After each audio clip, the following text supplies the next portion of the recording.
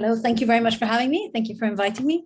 I come from the socio side of socio-technical. So the running joke in the institute is that if I understand it, everyone understands it, and that's the way. That's my tech knowledge is that I'm good. patronizing. No, I came up with it, to be fair. I self-ascribed it. No one would dare say that to me, but it is true. So we're going to be moving slightly off track, but hopefully still in an area that will interest the participants of the winter school. And if anyone has any questions afterwards or later, please email me. So this project starts from it's a GCHQ funded research project. At the beginning, they started last year having what they called research fellowships in national resilience, and GCHQ through NCSC decided that they wanted to have some research that was carried out by people who did not work directly for GCHQ, that was open access, and that would to see if they would get something different, get something that they wouldn't get if it was in-house or if it was directly commissioned by them. And they financed five or six fellowships last year, and I was one of them. And the idea was to study. I come from a conflict resolution and a security studies, terrorism studies background, and the idea was to study how the narratives of and on violent extremism are working online, and particularly in this case, the gender constructions of these narratives. Now, I'm going to tell you a little bit about what I mean by these things, because it may not be obvious to everyone. But the point is, are men and women and non-binary gender identities, are they recruited in different ways? Do they communicate in different ways? What can states do to challenge these forms of recruitments? How are states communicating? And this is what I'm going to focus on most, because I think it's particularly telling what came out from that part of the investigation, and what impact do they have on the actual carrying out of terrorist attacks and the prevention of terrorist attacks, right? So we looked at two types of online platforms. We looked at three types actually. We looked at the YouTube campaign of the British state in counterterrorism, and to see what was their basic way of presenting gender in their counterterrorism and in the counterterrorism messaging of the British government.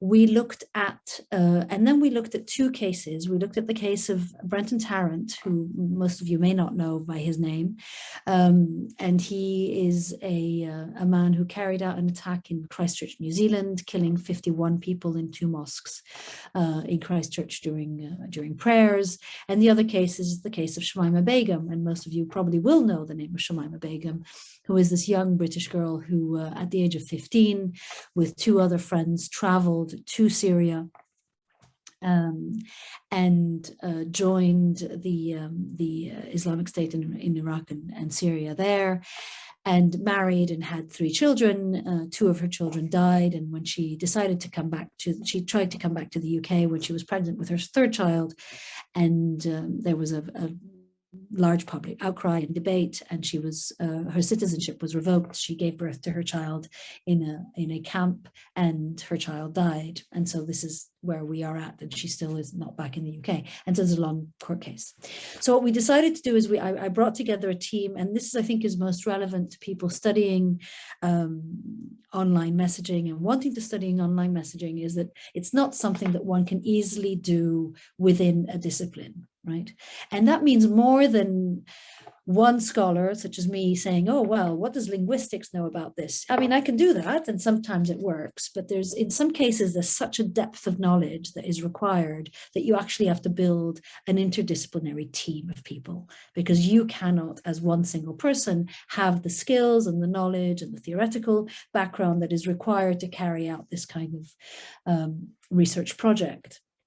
So in this case, I found two forensic linguists who are at the University of Aston, who are doing PhD students, Amy Booth and Daniela Schneevert, and a computer scientist, Caio Ribeiro, who was doing his PhD here at the University of Kent in computing and is now a postdoc in finished his PhD. And what we did is we looked at the messaging in these two different platforms. We looked at comment sections of the Daily Mail and the Independent on these two cases. And then we looked at the poll feed on 4chan. Now 4chan, I don't know how, you don't necessarily need to know, but 4chan, 8chan are online platforms that are particularly well known for attracting people who follow extreme right-wing movements and believe in extreme right-wing ideology. So in this way, we had the state, we had so-called mainstream, and you know, the mainstream goes from the Independent to the Daily Mail, and extreme right. And what we wanted to do is a comparison, and what we did is a comparison of the gender narratives in the mainstream media, in state, and in violent extremist circles, right? And the point is, try to understand how,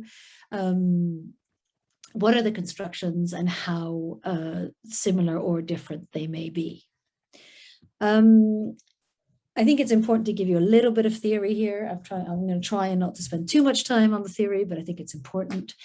There's an increasing recognition, certainly in the security sector, but even beyond, that narratives are central to the way social life functions, right? If we don't have a narrative that brings us from point A to point B, then A and B are completely disconnected, right? So narratives are there to give us meaning and to make us understand, so we can give ourselves meaning, but also so others can understand what we're trying to do. So they're important for individuals and they're important for social settings. In contexts of violent extremism, they're important in ideology and recruitment, in target selection. You know, you will choose certain targets because in your narrative, it makes sense to target these people or these institutions, right? In preventing, in counterization program, but also in counterterrorism legislation. The way legislation is written is based on a narrative of understanding how it needs to be countered. There is a strong recognition within my field of security studies that this matters in violent extremism. Less so the understanding that gendered constructions also matter, right? So how are men, women, and in some cases, non-binary understandings of gendered presented, understood within these narratives is taking a lot more time to understand and to study. So that was why this project was, I imagine that's why it was funded, and that's why I think it makes a contribution to the field. Now, what we started by doing, sorry, this is a really, really busy slide. What we started by doing is this was my job. I went through a lot of the work that has been written on gender and political violence. And there's a lot of really interesting work out there, and basically said there exists a meta-narrative. There's a narrative that goes across social settings and that impacts all these different social settings, or may impact all these different social settings, about gender and violence. And it is a very stereotypical narrative, if you want, right? So it understands men as naturally violent. This is driven by their biology. It understands women as naturally peaceful and weak. It understands good men as men who are able to control their violence and use it only when they need to, and bad men as men who are unable to control their violence and therefore need to be stopped by good men. It understands women as essentially linked to men. So if you think of the term of jihadi bride, so she is a bride, this woman is a bride in this context. She doesn't exist as a separate human being. She exists as the wife of someone. And you can see this, you know, the girlfriend of, the daughter of, the mother of, etc. So women are understood as in their relations to men, and they're understood as having social roles. So they're understood as linking people rather than having a political position, right? They're understood as recruiters, as connectors, but not necessarily as agents. And as they say, they're understood as social actors, while men are understood as political actors. So this is the overarching narrative that exists according to the literature that is out there. And so the question was, how is this overarching narrative developed within these various circles? Now, one of the most surprising findings, I think, of this research project is what we found in terms of the state, right? So the state has a YouTube campaign. It's called counterterror, it's the counterterror and policing YouTube channel, and they came out with 27 discrete videos between 2017 and November 2020. Then there's others that are Welsh language versions and sign language versions, and there's a few on the Salisbury attack, but that is not linked to, so I didn't look at those. But on the other, you have 26 videos.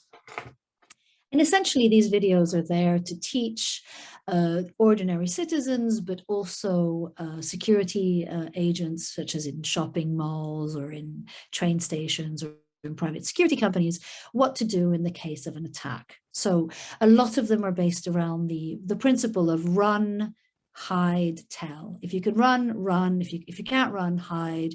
And as soon as it's safe, call somebody, the security services, call the police, and tell. So this is the basic message, right? And you'd expect it to be really rather uninteresting in terms of its gender narrative and its construction of gender. You would be wrong. You would be very, very wrong. So what we found was in this is that there was a very clear dominant narrative, right? So the dominant narrative was even ordinary people, ordinary life is at risk. Even ordinary people can help and keep themselves safe and keep others safe by following basic rules, such as run, hide, tell. So it's a very clear, you can sense very clearly that behind there has been a lot of work put into designing this narrative. Now, what about the gender constructions and how did we do this? We sat down and in this case, this was specifically my job. I sat down and I coded every person that was in these videos, coded what they did, coded their gender. So that included man, woman, non-binary, and cannot be determined, in the sense that it was you could not see what gender the person was. I coded their age group. I coded their race, ethnicity to see whether that changed something. And I gave a code on how much agency they were given.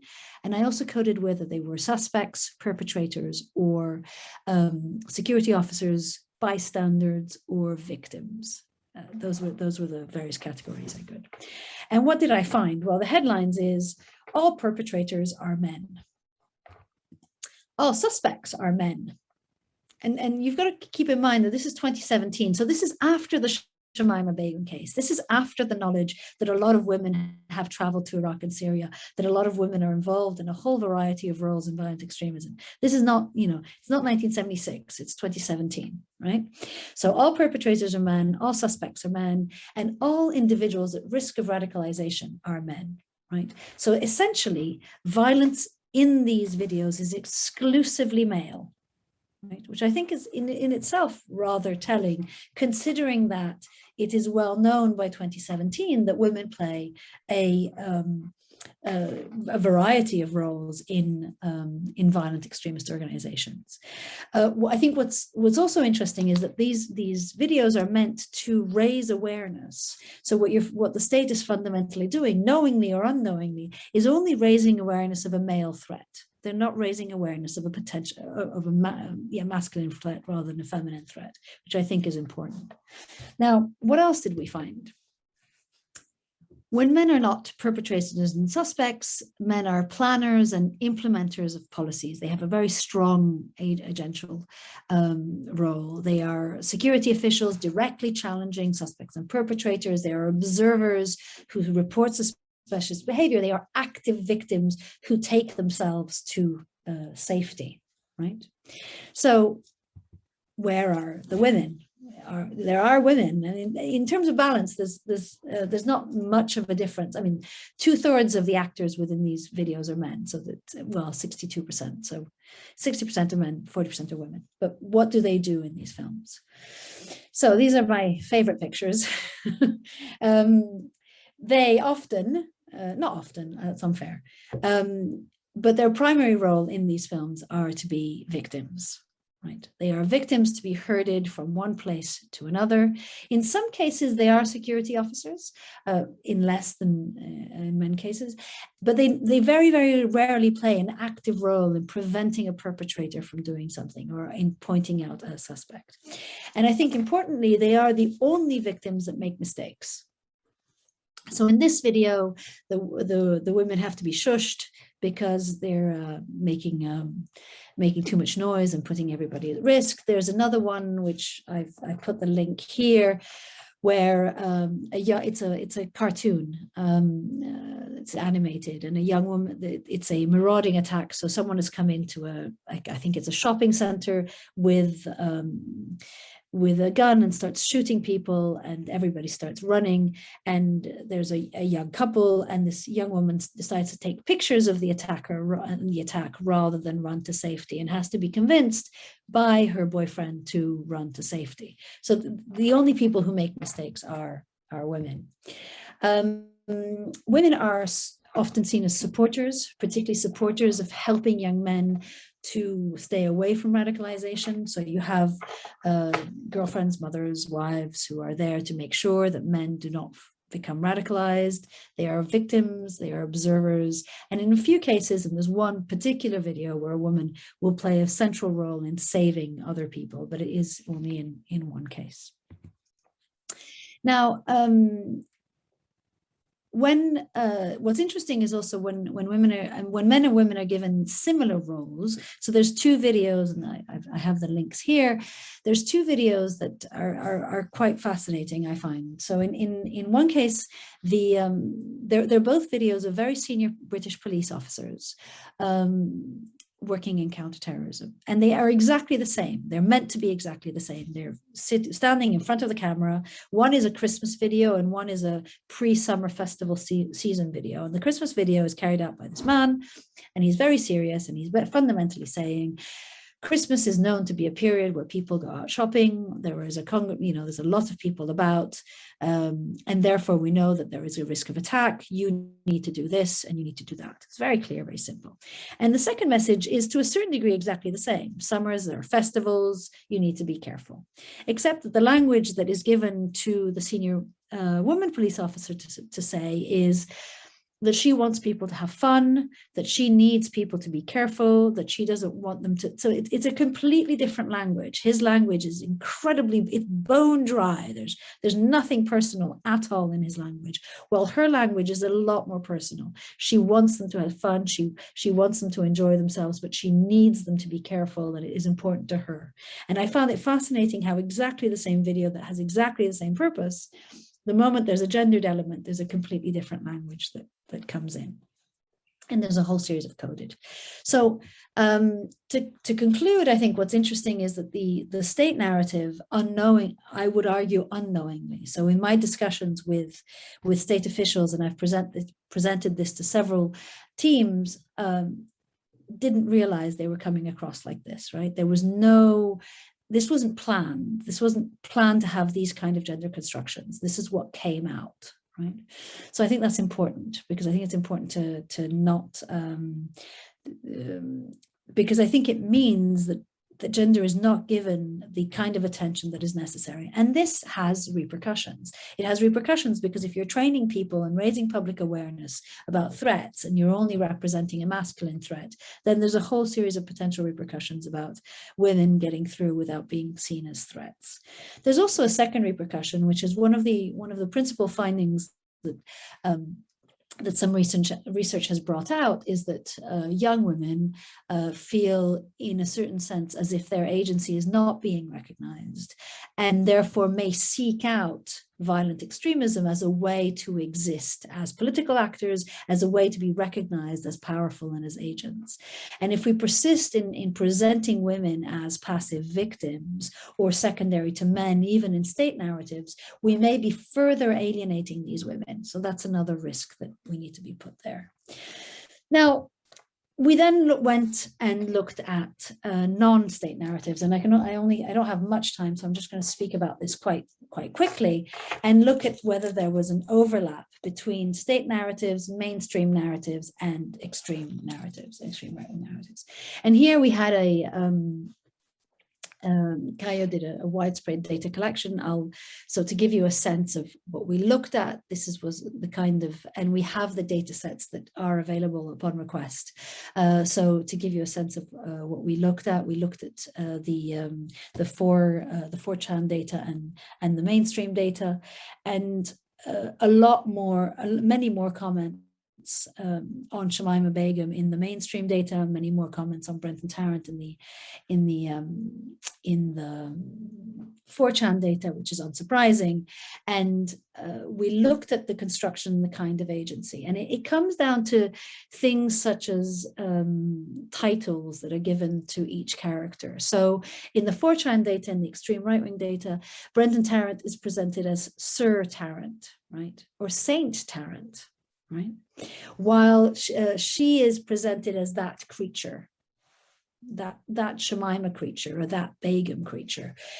But this reflects even further into the mainstream narrative. So in the mainstream narrative, Shamima Begum is called Ms. Begum. And there's research on how the use of the term Ms. is seen as, in certain circles, particularly in more right-wing circles, is seen as something that is dismissive. It is a way of attacking what is seen as political correctness, etc. And this overlaps between mainstream and the extreme right.